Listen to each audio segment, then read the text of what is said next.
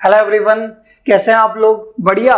तो इस वीडियो के अंदर हम चैप्टर 4 का आखिरी टॉपिक पढ़ने वाले हैं और इस टॉपिक का नाम है मूविंग कॉइल गैल्वेनोमीटर। और इसका क्वेश्चन भी आपके एग्जाम में कंफर्म आता है, इसका न्यूमेरिकल भी आता है, conversion of galvanometer into ammeter या फिर वोल्ट मीटर के ऊपर, या करंट सेंसिटिविटी और वोल्टेज सेंसिटिविटी के बारे में भी पूछ लेते हैं।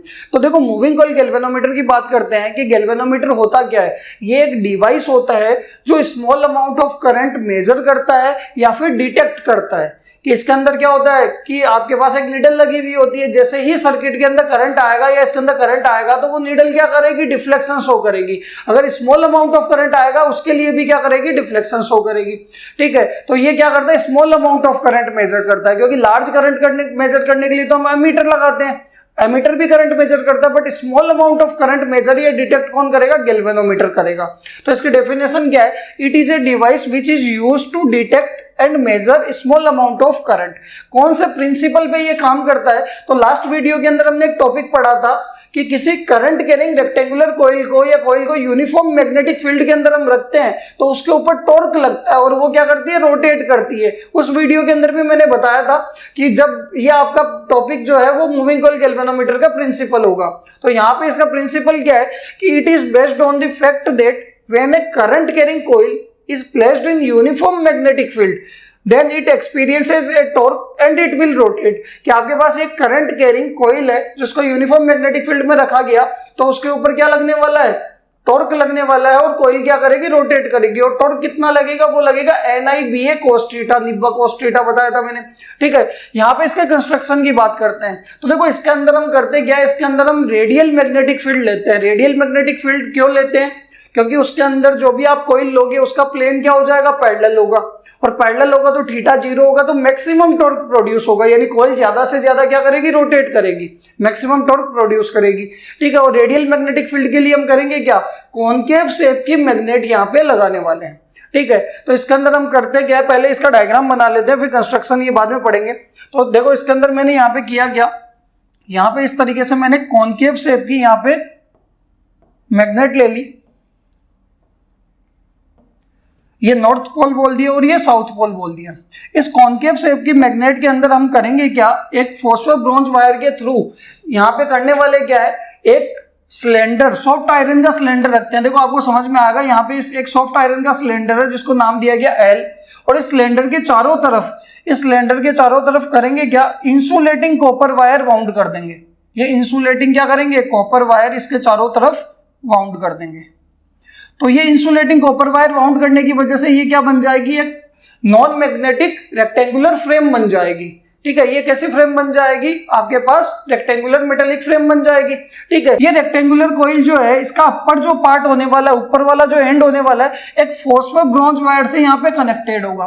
तो इस तरीके से बोला जाता है कि फॉस्फर ब्रॉन्ज वायर के थ्रू एक रेक्टेंगुलर कॉइल क्या की गई है, यूनिफॉर्म मैग्नेटिक फील्ड के अंदर, रेडियल मैग्नेटिक फील्ड के अंदर सस्पेंड की गई है। ठीक है, क्लियर है यहां तक? ये कौन सा वायर है, ये आपके पास फॉस्फर ब्रॉन्ज वायर है। ठीक है, फॉस्फर ब्रॉन्ज वायर क्या है, ये बहुत ज्यादा जल्दी टूटता नहीं है, बहुत ज्यादा स्ट्रांग होता है। ठीक है, यहां से अगर आप देखोगे ये आपके पास क्या है, इसके अंदर सॉफ्ट आयरन सिलेंडर है। क्लियर है यहां तक? और ये आपके पास क्या है, एक रेक्टेंगुलर मेटालिक फ्रेम है। क्लियर है? अपर एंड आपने किससे कनेक्ट कर दिया, फॉस्फर ब्रॉन्ज वायर से। इस फॉस्फर ब्रॉन्ज वायर के ऊपर यहां पे लगा हुआ होता है एक मूवेबल टॉर्जन।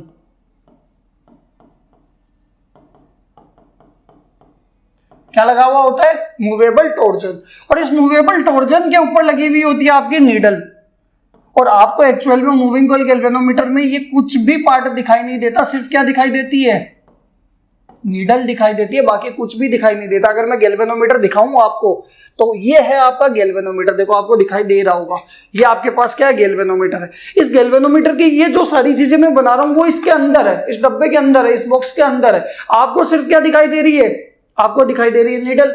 यहां पे ये दो टर्मिनल लगे हुए होंगे कि आपके पास बैटरी है या करंट मेजर करना है तो दोनों वायर पॉजिटिव नेगेटिव इससे कनेक्ट करेंगे, और यहां पे जैसे ही करंट आएगा गैल्वेनोमीटर की नीडल क्या कर जाएगी, डिफ्लेक्शन शो कर देगी।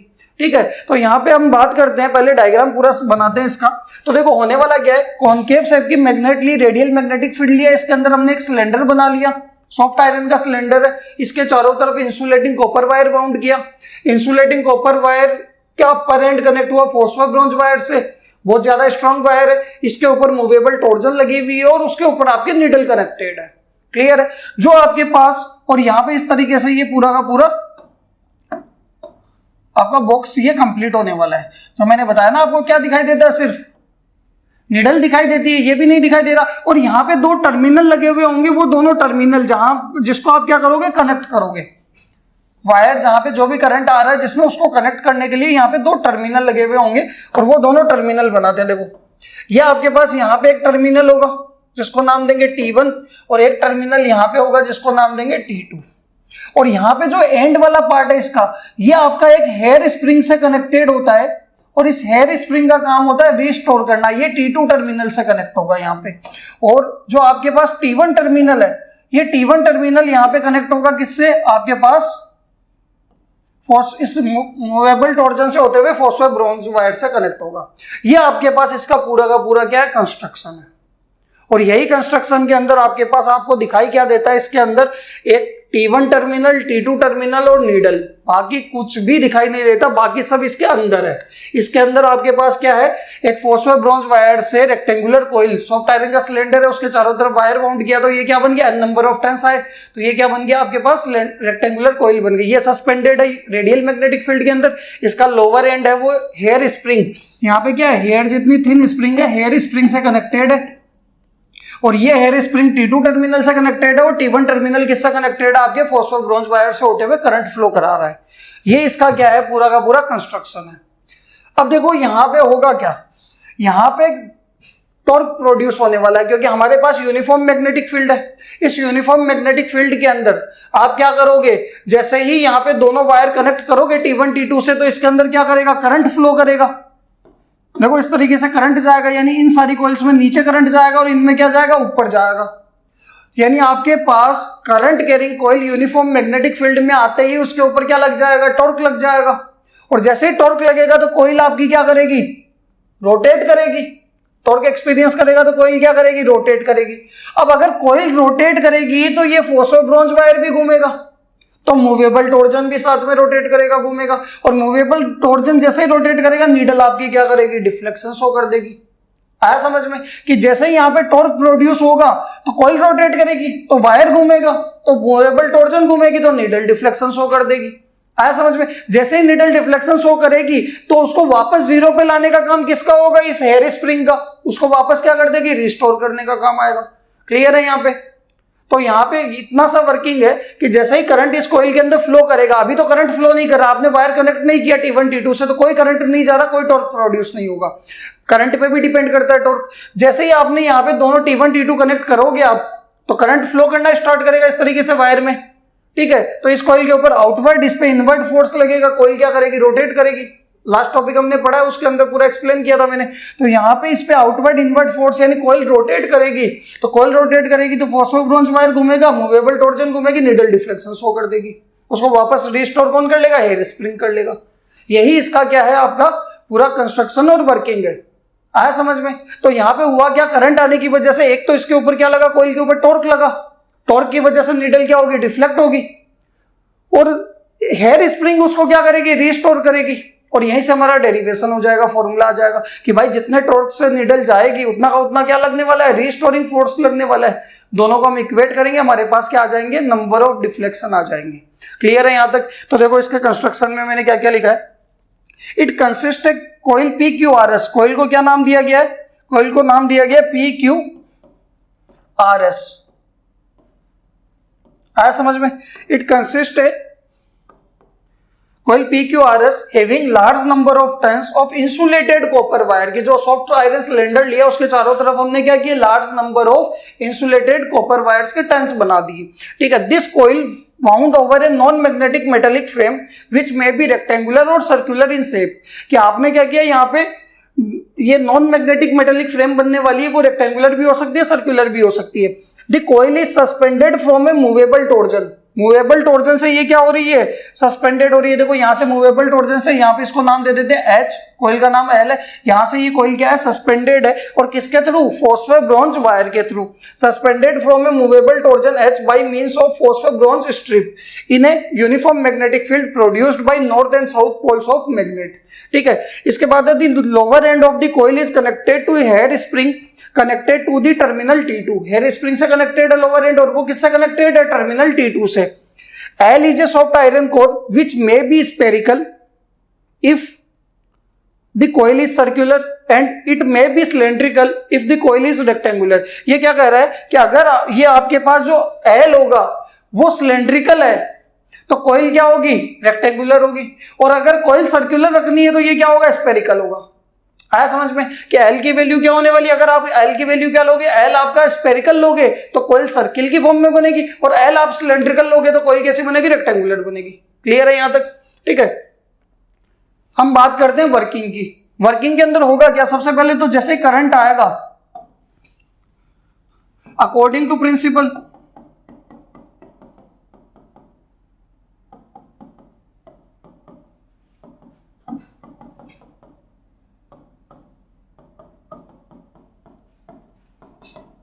Torque in uniform magnetic field, torque experience करेगा uniform magnetic field. Uniform magnetic field के अंदर क्या एक्सपीरियंस करने वाला है, टॉर्क, और टॉर्क होगा क्या, NIBA cos थीटा, और थीटा कितना होगा, 0। क्यों, क्योंकि हमारे पास फील्ड कैसा है, रेडियल मैग्नेटिक फील्ड है, कॉनकेव शेप की मैग्नेट ली, और रेडियल मैग्नेटिक फील्ड लेने की वजह से आपके पास cos थीटा कितना हो जाएगा, cos 0 कितना हो जाएगा, 1, तो टॉर्क आ जाएगा मैक्सिमम कितना, NIBA। और एक और खास बात देखना, ये टॉर्क सिर्फ पता है किस पे डिपेंड कर रहा है, करंट पे, बाकी किसी भी चीज पे डिपेंड नहीं कर रहा, सब कुछ कांस्टेंट है। क्यों, क्योंकि देखो आपने एक NIBA आया, टॉर्क कितना आया, टॉर्क आया आपके पास NIBA, N क्या है, इस कॉइल के टर्न्स। आपने एक बार गैल्वेनोमीटर बना लिया, इसके अंदर जितने भी टर्न्स है वो क्या है, फिक्स है, कॉइल के, रेक्टेंगुलर कॉइल के। मैग्नेटिक फील्ड इसके अंदर मैग्नेट लगी हुई है, फिक्स है, एरिया कॉइल का क्या है, फिक्स है। तो ये डिपेंड किस पे कर रहा है, सिर्फ करंट पे। करंट ज्यादा आएगा ज्यादा टॉर्क प्रोड्यूस होगा, करंट कम आएगा कम टॉर्क प्रोड्यूस होगा। आया समझ में?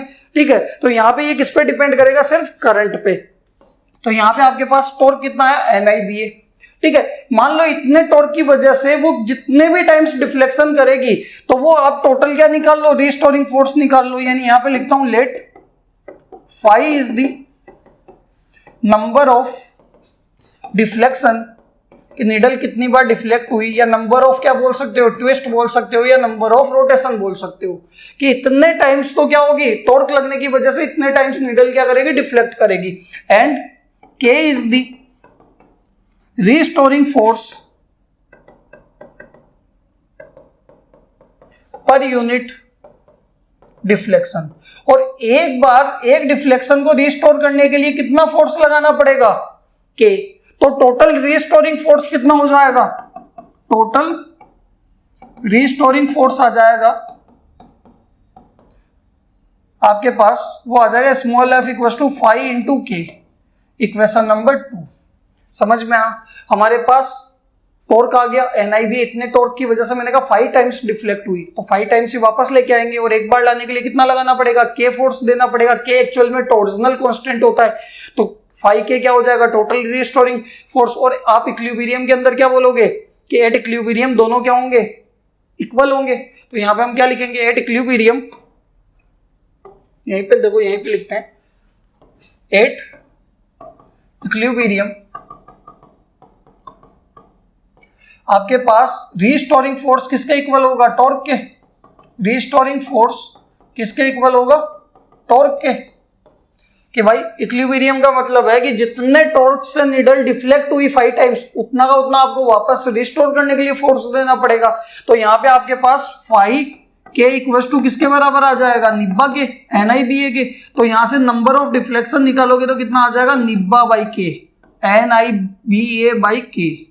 ठीक है, तो यहां से निब्बा आपको इजीली याद रहेगा, निब्बा निब्बी चलता है वैसे निब्बा याद रहेगा। तो यहाँ पे आपके पास फाई क्या होगा, NIBA बाई के। एन क्या है, नंबर ऑफ टर्न्स कॉइल के अंदर, I current, B magnetic field, A area, और K होने वाला है टॉर्जनल कांस्टेंट।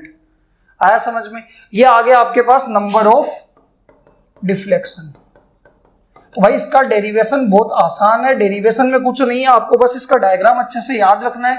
और डायग्राम के अंदर सिंपल सी कहानी है कि भाई करंट आएगा तो कॉइल के ऊपर क्या लगेगा, टॉर्क लगेगा, कितना NIB है मैक्सिमम टॉर्क रेडियल के लिए, और total restoring force small f कितना आएगा, फाई के, और दोनों को क्या कर लो, इक्वेट कर लो, तो फाई के कितना आ जाएगा, NIBA।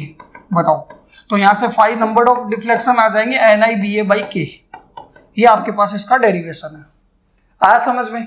ये आपके पास moving coil galvanometer small amount of current measure करता है। छोटा सा भी करंट आएगा तो नीडल क्या करेगी, डिफ्लेक्ट करेगी। क्यों? क्योंकि स्मॉल करंट पे भी क्या होगा, टॉर्क प्रोड्यूस होगा। आया समझ में? ये आपके पास मूविंग कॉइल गैल्वेनोमीटर। इसके बाद इसके अंदर एक चीज आती है, current sensitivity of galvanometer. Current sensitivity होती क्या है? गैल्वेनोमीटर देखो सेंसिटिव, सेंसिटिविटी का मतलब है कि गैल्वेनोमीटर आपका सेंसिटिव है, मतलब स्मॉल अमाउंट ऑफ करंट भी मेजर कर सकता है। अगर छोटा सा करंट आएगा तब भी उसमें कितने डिफ्लेक्शन होंगे, डिफ्लेक्ट करेगी नीडल, तो number of deflection per unit current क्या होगा, करंट सेंसिटिविटी। यानी इसको डिनोट किया जाता है, इसको डिफाइन करेंगे, current sensitivity is the deflection of galvanometer needle per unit of electric current, और इसको डिनोट किया जाएगा, it is denoted bye IS। किससे डिनोट किया जाएगा, IS से। तो यहां से IS की वैल्यू क्या होगी, नंबर ऑफ डिफ्लेक्शन तो फाई और बाई I। Equation number 1। अगर मैं इसकी SI यूनिट की बात करूं तो SI यूनिट क्या होगी, तो देखो फाई तो क्या है, डिफ्लेक्शन है, ट्विस्ट है, और उनकी यूनिट क्या होती है, एंगल होता है। एंगल का मतलब क्या होगा, रेडियन, और करंट का क्या होगा, एम्पियर। यानी इसकी यूनिट क्या होगी, रेडियन पर एम्पियर, या शॉर्ट फॉर्म में लिखना है तो RAD लिखते हैं सिंबल, रेडियन पर एम्पियर। क्लियर?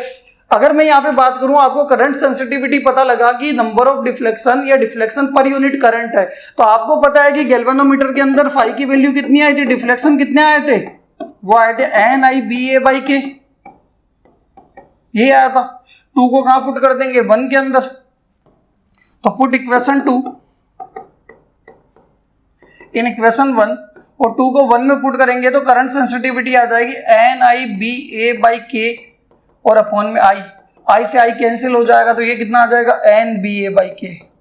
ये आ गई आपके पास करंट सेंसिटिविटी। इसी तरीके से हमें वोल्टेज सेंसिटिविटी भी निकालनी है। वो क्या होगा कि deflection per unit applied voltage की, पर यूनिट वोल्ट में कितना डिफ्लेक्शन हो रहा है। तो यहां पे अगर आप वोल्टेज सेंसिटिविटी की बात करोगे तो it is defined as the deflection of galvanometer needle per unit of applied voltage, और इसको किससे डिनोट किया जाएगा, VS से। It is denoted by VS। तो यहां से अगर आप VS देखोगे तो VS कितना होगा, फाई बाई V। क्लियर? अगर मैं इसकी SI यूनिट की बात करूं तो इसकी SI यूनिट आएगी, फाई का तो क्या होगा, डिफ्लेक्शन मतलब रेडियन, और वोल्टेज का क्या होगा, पर वोल्ट, रेडियन पर वोल्ट। आया समझ में? अगर आप इसको इक्वेशन 1 मान लो, और आप जानते हो फाई क्या होने वाला है, NIBA/K, यानी वी नो दैट फाई की वैल्यू आपके पास कितनी आ जाएगी, NIBA/K। ये आने वाला है। इसको 2 को कहां पुट कर देंगे, 1 के अंदर, तो पुट इक्वेशन 2 इन इक्वेशन 1।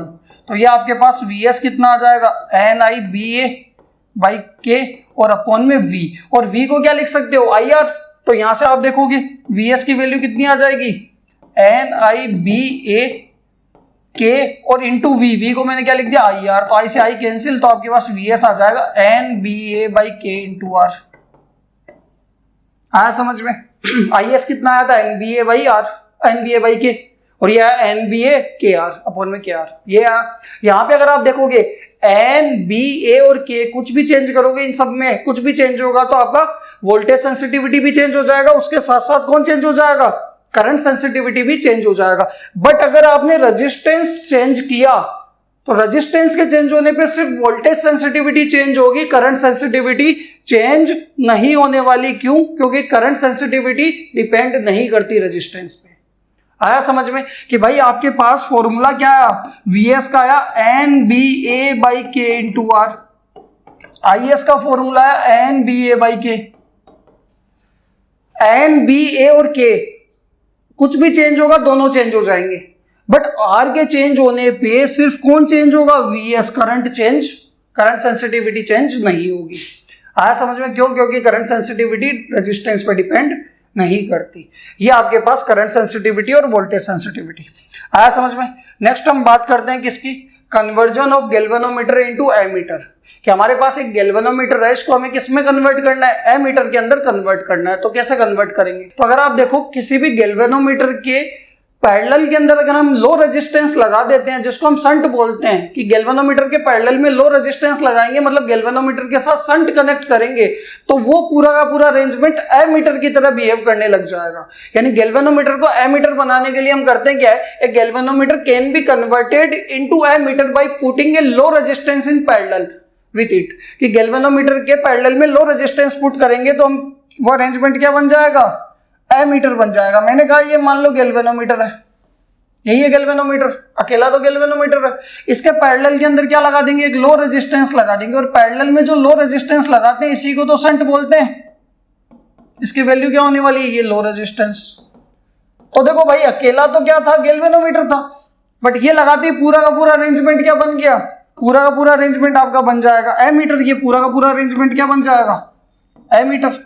दोनों मिलकर क्या बनाएंगे, एमीटर की तरह बिहेव करेंगे। आया समझ में।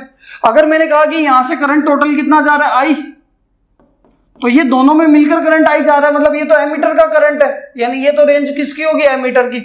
जैसे आई करंट जा रहा है यहाँ पे दो पार्ट में डिवाइड हो जाएगा, गैल्वेनोमीटर में तो कितना जाएगा, आई जी, और बचा हुआ करंट शंट में जाएगा, जिसको हम शंट का करंट बोलेंगे IS।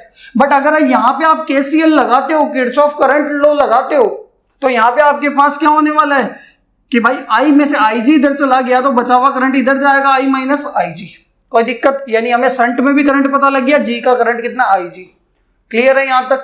अगर आप देखोगे कि G और S आपस में किसमें पैरेलल में है, तो दोनों का पोटेंशियल क्या रहेगा, जितना पोटेंशियल G के अक्रॉस होगा उतना S के अक्रॉस भी होगा, क्योंकि पैरेलल में पोटेंशियल सेम रहता है। तो आप यहां से बोल सकते हो कि पोटेंशियल अक्रॉस G इक्वल होगा किसके, पोटेंशियल अक्रॉस S, ही आने वाला है। यानी VG बराबर होगा किसके, VS के। VG होता क्या, पोटेंशियल कैसे निकालते हो ओम्स लॉ के अकॉर्डिंग, करंट इनटू रेजिस्टेंस। तो अगर मुझे इसका पोटेंशियल निकालना है तो इसका करंट इनटू इसका रेजिस्टेंस, तो वो तो करंट तो कितना, IG, रेजिस्टेंस कितना, कैपिटल G। अगर मुझे S का निकालना है तो IS इंटू क्या लिखूंगा, S। कोई दिक्कत, IS को क्या लिख सकते हैं, I माइनस IG, तो IG इंटू कैपिटल G बराबर I माइनस IG, और ये कैपिटल S। आया समझ में। तो हमें S की वैल्यू तो निकालनी है, तो आपके पास कैपिटल S कितना आ जाएगा भाई, इस पार्ट को कहां ले जाओ, डिवाइड में, तो आपके पास शंट की वैल्यू आ जाएगी IG upon capital G, I minus IG। ये आपके पास क्या होगा, शंट रिक्वायर्ड, या कितना रेजिस्टेंस, लो रेजिस्टेंस हमें लगाना होगा पैरेलल में, उसकी वैल्यू आ जाएगी। ठीक है, यहां पे अगर आप देखोगे आपके पास IG तो क्या है, IG तो है full scale deflection of galvanometer, full scale deflection of galvanometer.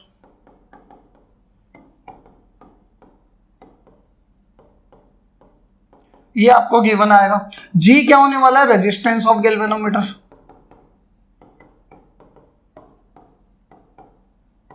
ये क्या होने वाला है, रेजिस्टेंस ऑफ गैल्वेनोमीटर। I क्या होगा, वो होगा रेंज ऑफ एमीटर की। भाई I तो क्या है, टोटल करंट है, दोनों का मिलाकर, दोनों को मिलाते ही तो एमीटर बन गया, यानी ये क्या हो जाएगा, रेंज ऑफ एमीटर।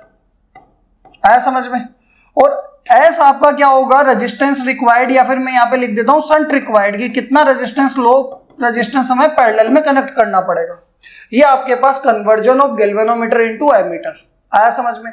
नेक्स्ट हमें बात करनी है conversion of galvanometer into voltmeter. तो देखो गैल्वेनोमीटर को वोल्ट मीटर बनाने के लिए एमीटर का उल्टा करते हैं। वहां पैरेलल में लो रेजिस्टेंस लगाया था, यहाँ पे सीरीज में हाई रेजिस्टेंस कनेक्ट करेंगे, कि गैल्वेनोमीटर के सीरीज में हाई रेजिस्टेंस कनेक्ट करते ही पूरा अरेंजमेंट क्या बन जाएगा, वोल्ट मीटर बन जाएगा। आया समझ में। तो देखो यहाँ पे A galvanometer can be converted into voltmeter by putting a high resistance in series with it। देखो डायग्राम क्या होगा, मैंने कहा कि मान लेते हैं कि ये मेरे पास क्या है, एक गैल्वेनोमीटर है, अकेला तो गैल्वेनोमीटर है, बट इसके सीरीज में मैंने जैसे ही हाई रेजिस्टेंस मान लो कैपिटल R लगाया, क्योंकि S नहीं लिखेंगे, S तो हमेशा क्या होता है, शंट होता है, वो हमेशा पैरेलल में लगता है। तो यहाँ पे कैपिटल R लगाया, कितना, हाई रेजिस्टेंस। जैसे ही मैंने हाई रेजिस्टेंस कनेक्ट किया तो ये पूरा का पूरा अरेंजमेंट आपका क्या बन गया, अकेला तो गैल्वेनोमीटर था, बट ये पूरा अरेंजमेंट क्या बन गया, वोल्टमीटर। और इस पूरे का जो वोल्टेज होगा वो किसका वोल्टेज होगा, वोल्टमीटर का। क्लियर है। तो यहां से अगर हम देखते हैं कि आप देखो G और R दोनों किसके अंदर है, सीरीज में, और सीरीज में करंट क्या रहता है, सेम रहता है। यानी गैल्वेनोमीटर से अगर Ig जा रहा है, गैल्वेनोमीटर का करंट जा रहा है तो R से भी कितना जाएगा, Ig। भाई इसका करंट पता है, रेजिस्टेंस पता है, तो इसका पोटेंशियल निकाल लेते हैं, Vg आएगा, इसका पोटेंशियल निकाल लेते हैं, Vr आएगा, और दोनों के पोटेंशियल को ऐड करेंगे, दो ही तो चीज रेजिस्टेंस है, दोनों के पोटेंशियल को ऐड करेंगे तो पूरे अरेंजमेंट का पोटेंशियल आ जाएगा, वही तो वोल्टमीटर का वोल्टेज है। आया समझ में? तो यहां से अगर आप देखोगे कि V बराबर आपके पास टोटल पोटेंशियल क्या होगा, potential across G plus potential across R। आया समझ में? Vg कैसे निकालूंगा, तो वो होगा Ig into capital G। V क्या होता है, IR होता है, तो इसका पोटेंशियल ड्रॉप निकालना है तो इसका करंट इंटू रेजिस्टेंस, और इसका निकालना है तो करंट इंटू रेजिस्टेंस, और इसमें भी करंट कितना है, Ig। Ig क्या ले लो कॉमन, तो ये तो आ जाएगा G प्लस कैपिटल R, किसकी वैल्यू आ गई, V की। अब हमें R की वैल्यू निकालनी है तो पहले तो Ig को क्या लेके जाओ, डिवाइड में, ये आ जाएगा G प्लस R। तो यहां से अगर आप R की वैल्यू निकालते हो तो ये आ जाएगा V अपॉन Ig, और माइनस पूरे में से माइनस क्या होगा, कैपिटल G। ये R की वैल्यू आ गई, वेयर V तो आपके पास क्या होने वाला है, ये तो आपके पास पूरे का वोल्टेज है, यानी range of voltmeter, range of voltmeter. यहां Ig क्या होने वाला है, same full scale deflection of galvanometer, full scale deflection of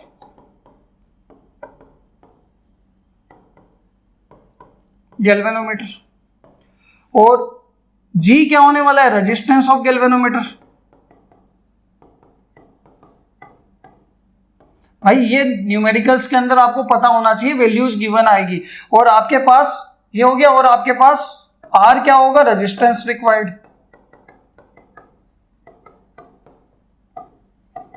और एक और चीज, अगर आप न्यूमेरिकल सोल्व कर रहे हो तो R की वैल्यू क्या आनी चाहिए, आंसर आपका हाई आना चाहिए, हाई रेजिस्टेंस आएगा। अगर मान लो वैल्यू छोटी वैल्यू आ रही है, G से भी छोटी वैल्यू आ रही है, आपका आंसर गलत है। हाई रेजिस्टेंस आना चाहिए, और उसके अंदर जब आप एमीटर बना रहे थे तो पैरेलल में लो रेजिस्टेंस, मतलब S की वैल्यू छोटी आनी चाहिए, लो आनी चाहिए। क्लियर है यहां तक? तो ये आपके पास यहां तक आपका पूरा का पूरा थ्योरी पार्ट कंप्लीट। क्लियर है? ये moving coil galvanometer, current sensitivity, voltage sensitivity, conversion of galvanometer into ammeter और वोल्टमीटर। क्लियर है यहां तक?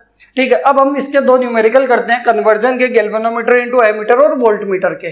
तो हमारे पास इसके अंदर एक न्यूमेरिकल है, एक galvanometer coil has a resistance of 15 ohm, meter shows full scale deflection for a current of 4 milli ampere, how will you convert the meter into an ammeter of range 0 to 6 ampere. कि हमारे पास इसके अंदर एक galvanometer है और उस galvanometer का resistance हमें गिवन है। पहले तो देखो गिवन लिखते हैं, आपके पास गैल्वेनोमीटर का रेजिस्टेंस कैपिटल G है 15 ओम, आपको full scale deflection of galvanometer कितना 4 मिली एम्पियर, यानी Ig की वैल्यू दे रही है 4 मिली एम्पियर, तो इसको एम्पियर में बदलूंगा तो 4 × 10⁻³ एम्पियर हो जाएगा। ये कह रहा है how will you convert the meter into an ammeter of range 0 to 6 ampere, यानी आपको एमीटर की रेंज दे रही है, I की वैल्यू दे रही है 0 to 6, यानी कितना हो जाएगा 6 एम्पियर।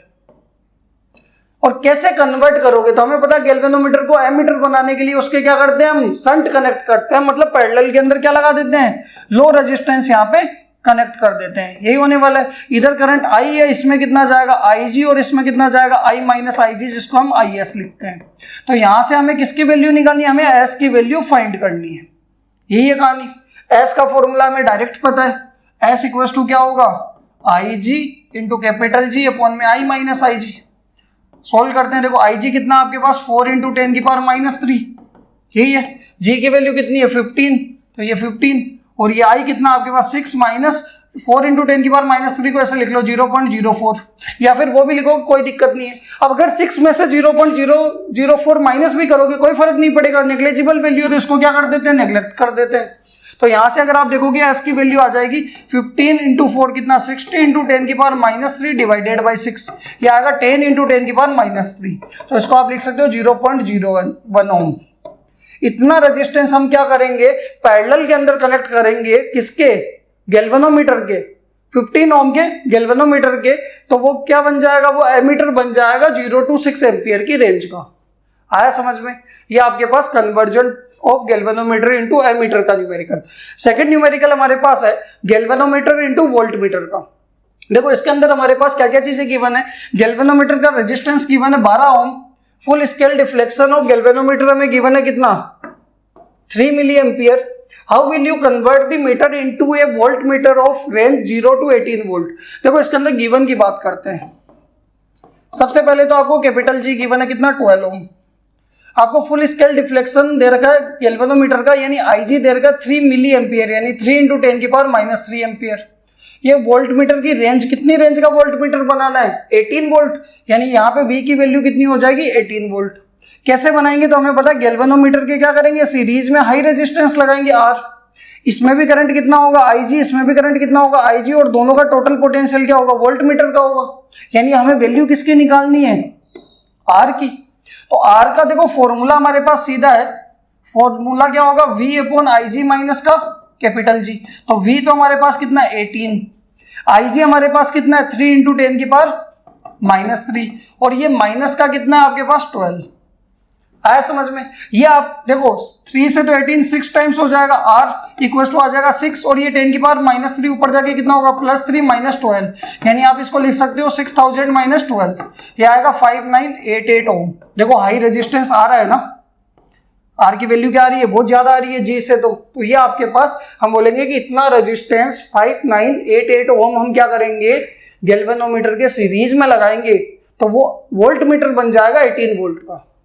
मतलब क्लियर है यहाँ तक। ये आपका चैप्टर नंबर 4 पूरा complete, moving charges and magnetism. Clear है यहाँ तक। नेक्स्ट मैं एक वीडियो बनाऊंगा जिसके अंदर इस चैप्टर के सारे टॉपिक्स के, इंपॉर्टेंट टॉपिक्स के न्यूमेरिकल जो एग्जाम में पूछे जाते हैं वो एक साथ आपको पूरे एक वीडियो के अंदर मिल जाएंगे। और अगर आपने अभी तक चैनल को सब्सक्राइब नहीं किया है तो चैनल को सब्सक्राइब करो और अपने दोस्तों के साथ इसको शेयर करो। Okay, thank you.